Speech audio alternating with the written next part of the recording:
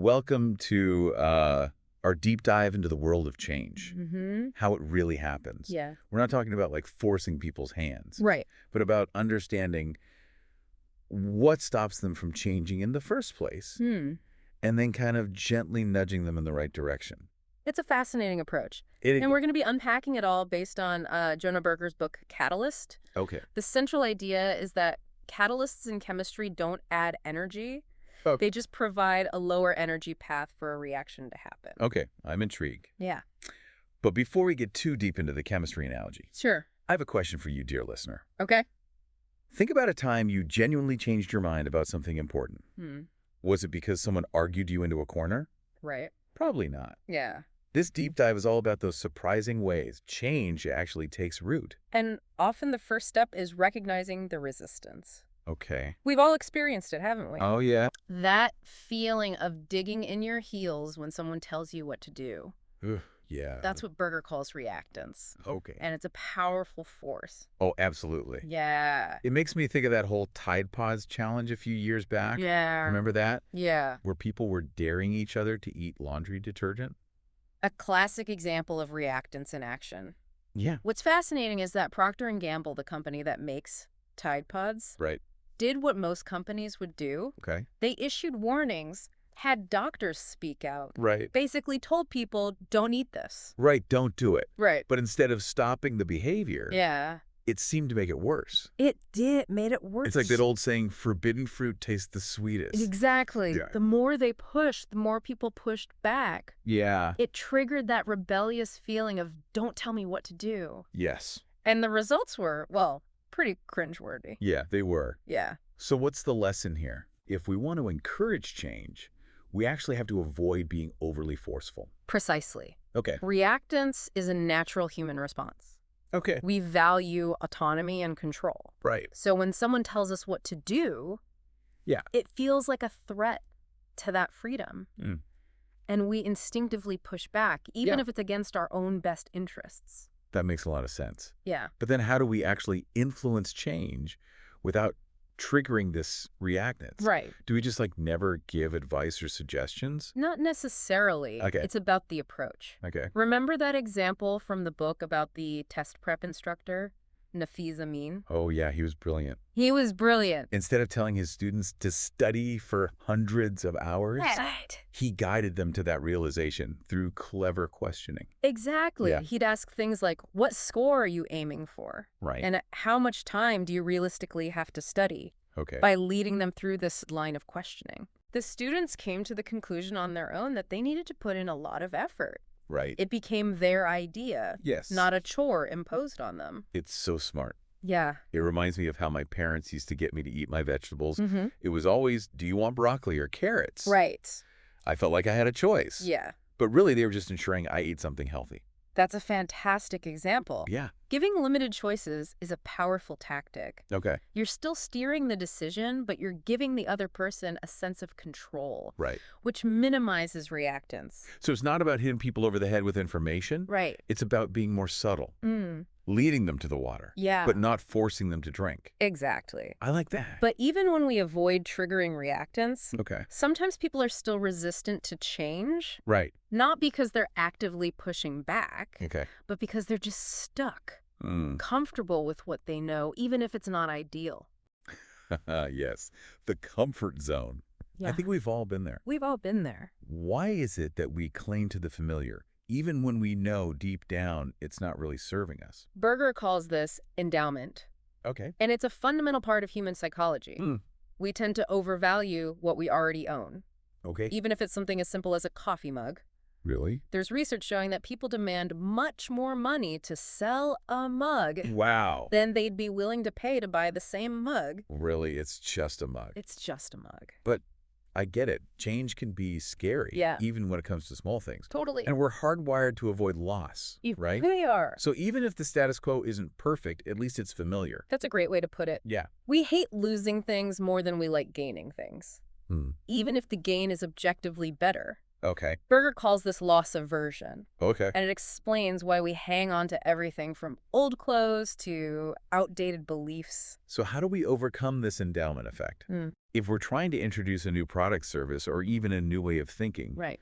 we need to acknowledge that fear of loss. Absolutely. Yeah. And the challenge is that to overcome endowment, Yeah. the new thing has to be perceived as significantly better than the old one. Significantly better meaning. Berger cites research suggesting it needs to be at least 2.6 times better to make people want to switch. 2.6 times. That's a high bar.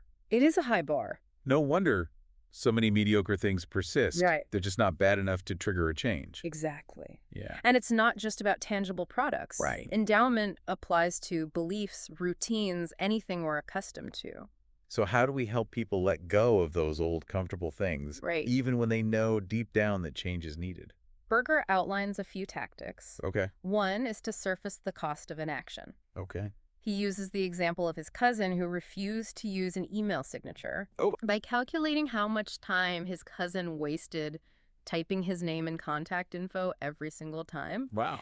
Berger helped him see the hidden costs of sticking with the old way. That's a brilliant strategy. It is. So instead of focusing on the benefits of the new, Right. you highlight the drawbacks of the old. Precisely. Okay. Another tactic is what Berger calls burning the ships. Burning the ships. That sounds a bit dramatic. It can be, Okay. but sometimes it's necessary. Okay. He gives the example of an IT guy who was trying to get employees to upgrade their computers. Okay. He finally forced their hand by announcing the end of support for the older versions. Oh, wow. Drastic, but it got people to switch. Wow. I can see how that would be effective. Yeah, Maybe a bit stressful for everyone involved. a little bit. But sometimes you need to take away that escape route to force a shift, right? Sometimes, yes. Okay. And a final tactic for overcoming endowment is to frame change as regaining a loss. Okay. The Brexit Take Back Control slogan is a perfect example. Ah, I see. By using the word back, Yeah. it implied that control had been lost. Right. And leaving the EU was a way to reclaim it. Exactly. It tapped into that loss aversion we talked about earlier. Yeah. The change feels less like a scary leap into the unknown Right. and more like a return to a desired state. Okay, so we've tackled reactance and endowment. Mm-hmm.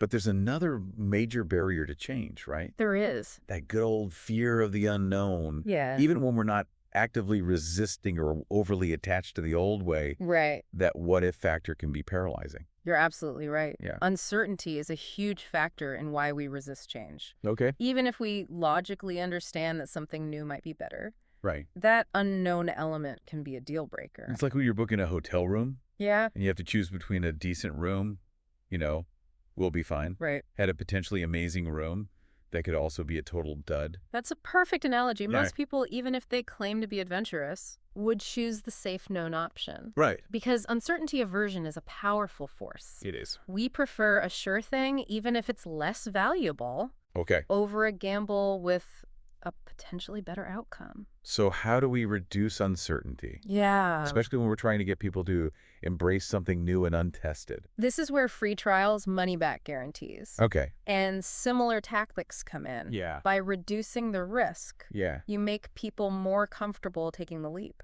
Like those try it for free for 30 days offers. Exactly. Yeah. It lets people experience the value firsthand without a big commitment. Right.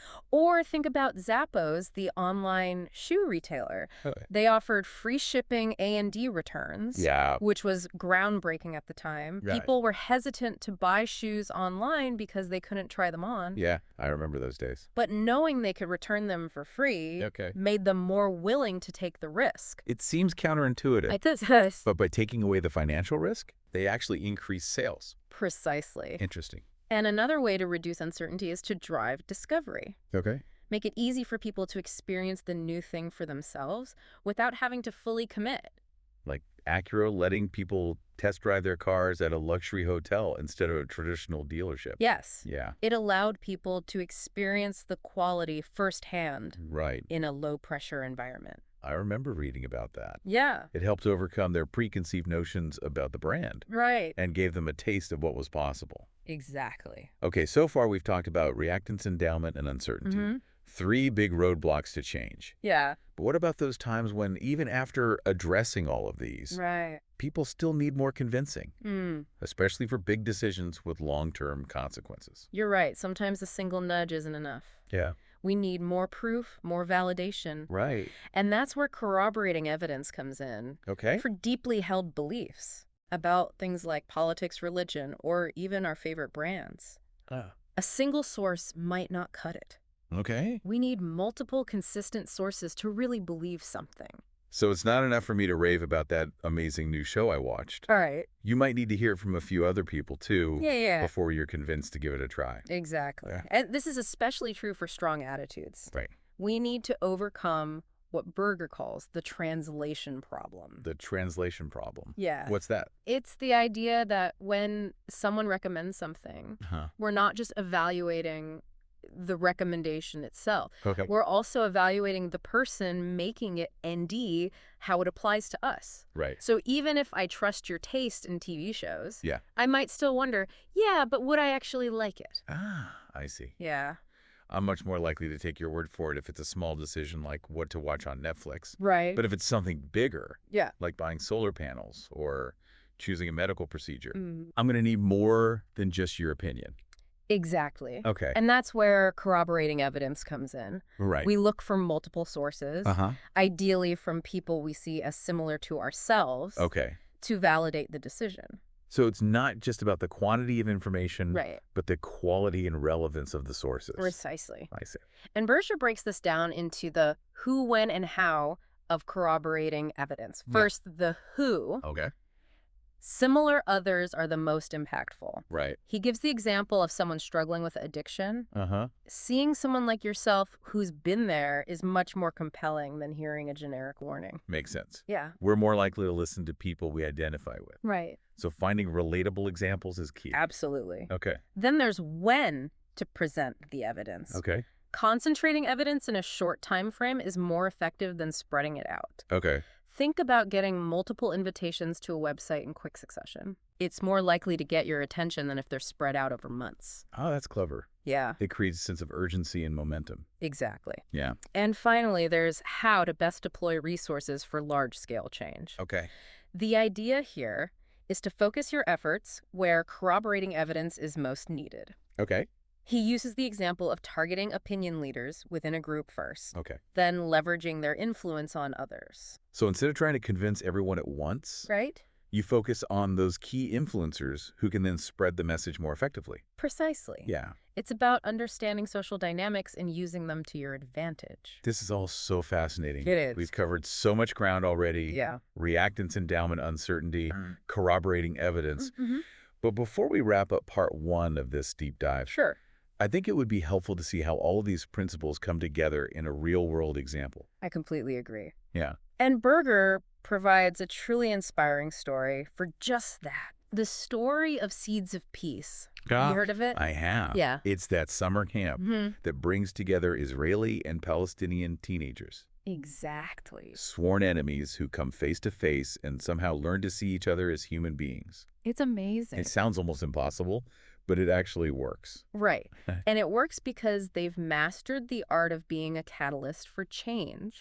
They don't force interaction. Okay. They create natural opportunities for connection. Right. They don't preach tolerance. Okay. They help kids experience the cost of prejudice directly. Right. And they don't rely on lectures. Mm. They let the kids teach each other through shared experiences. So they're tackling all those barriers to change we've been talking about. Yeah. Reducing reactance by allowing for agency. Easing endowment by surfacing the cost of the status quo. Right. And shrinking the distance by finding common ground. Exactly. Yeah. They've created an environment where change can happen organically, not through force, but through understanding and empathy. That's so powerful. That is powerful. It gives me hope that even in seemingly impossible situations, Yeah. like the Israeli-Palestinian conflict, Right. change is possible. Absolutely. And the key takeaway here is that anyone can be a catalyst for change, even in our own lives. Okay. It's about understanding human nature, not manipulating people. It's about gently guiding, not forcefully pushing. This is giving you a lot to think about. Good. So as we wrap up part 1 of this deep dive, Yeah. let's leave our listener with a question. Okay. What stuck situation in your life could benefit from a catalyst approach? It could be anything from a personal goal to a workplace challenge to a societal issue you care about. Yeah. Think about it, and we'll explore this further in part 2. I can't wait to hear what you come up with. Welcome back to our deep dive into Catalyst by Jonah Berger. We're unpacking how to create real, lasting change, not by force, but by removing the roadblocks that stand in its way.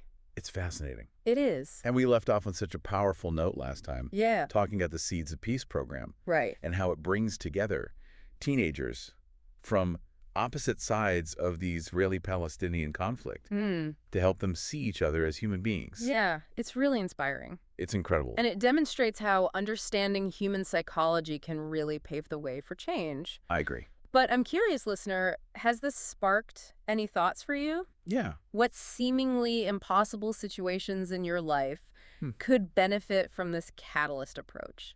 I'm wondering that too. Yeah. Because let's be honest. Sure. Most of us aren't navigating international conflicts on a daily basis. Exactly. Right. But the beauty of Berger's approach is that it's applicable to a wide range of situations. He argues that whether you're trying to change someone's mind about a political candidate or convince them to try a new brand of coffee, the underlying principles are the same. Okay, so let's break it down. Okay. What are some key takeaways from catalysts that we can apply to our own lives, to those everyday situations where we want to see a shift? Well, first and foremost, remember that reactance is real. Okay. People push back against pressure. Right. So instead of dictating, try to create a sense of agency and choice. Offer options. Ask questions to guide people to their own conclusions and make them feel like they're part of the process. Right, like that test prep instructor. Exactly. Who helped his students realize they needed to study more by asking strategic questions. Yes. It made the effort feel like their idea, not his. Precisely. Yeah. And when we're dealing with endowment, that tendency to cling to what we know. Right. Remember to highlight the cost of inaction. Okay. Sometimes we need to help people see that sticking with the status quo isn't always the safest or most cost-effective option. Berger's example of his cousin who refused to use an email signature was a perfect illustration of that. It was. By calculating the time wasted manually typing his sign-off every time. Right. Berger helped his cousin see the hidden cost of sticking with the old way. It's a simple but powerful shift in perspective. It is. And sometimes when the cost of inaction is just too high, you might need to take a more drastic approach, like burning the ships, as Berger puts it. That sounds intense. It can be. Okay. But think of it as removing the safety net. It's taking away the option of going back to the status quo completely. Like that IT guy who forced those computer upgrades by announcing the end of support for the older versions. That's exactly. I remember thinking, wow, that's a bold move. It was bold. But I guess sometimes you need to take away that escape route. Right. To really force a shift. Exactly. Yeah. And when it comes to uncertainty, that fear of the unknown, remember that free trials, upfront cost reductions, and similar tactics can make a world of difference. Zappos offering free shipping A&D returns was a game changer for e-commerce. It was. It made people more willing to take a chance on buying shoes online. It's counterintuitive, right? It is. You'd think offering free returns would hurt their business. Yeah. But it actually boosted sales. It did. It shows how powerful it can be to remove that financial risk. Absolutely. Yeah. And let's not forget about driving discovery. Okay. Making it easy for people to experience something new for themselves. Right. Without having to fully commit. Yeah. Can be incredibly persuasive. Like Acura letting people test drive their cars at a luxury hotel instead of a dealership. A brilliant move. I remember reading about that. Yeah. It allowed people to experience the quality firsthand. It did. In a much more relaxed environment. Yeah, much more relaxed. It helped overcome any preconceived notions they might have had about the brand. Right. And made the whole experience more appealing. But what about those deeply ingrained attitudes? The ones that are resistant to even the most compelling arguments. Yes, those are tough. How do we approach those situations where logic and reason don't seem to be enough? That's where corroborating evidence becomes crucial. For strong attitudes, a single source might not be enough. We need multiple consistent sources to really overcome that internal resistance. So it's not just about trusting the recommendation itself, but believing that it's relevant to us specifically. Exactly. It's like that story from the book about the guy who was skeptical of Alcoholics Anonymous until he saw other successful professionals there. It made him realize that addiction could affect anyone, not just a certain type of person. Exactly. It's about finding those relatable examples that make the message hit home. And when it comes to presenting that corroborating evidence, Berger emphasizes the importance of who, when, and how. He does. Okay, break that down for us. What does he mean by who, when, and how? Well, who refers to the source of the information, as we just discussed. Similar others are the most impactful. Then there's when to present the information. Concentrating evidence in a short time frame is more effective than spreading it out. Think about those website invitations that come in quick succession.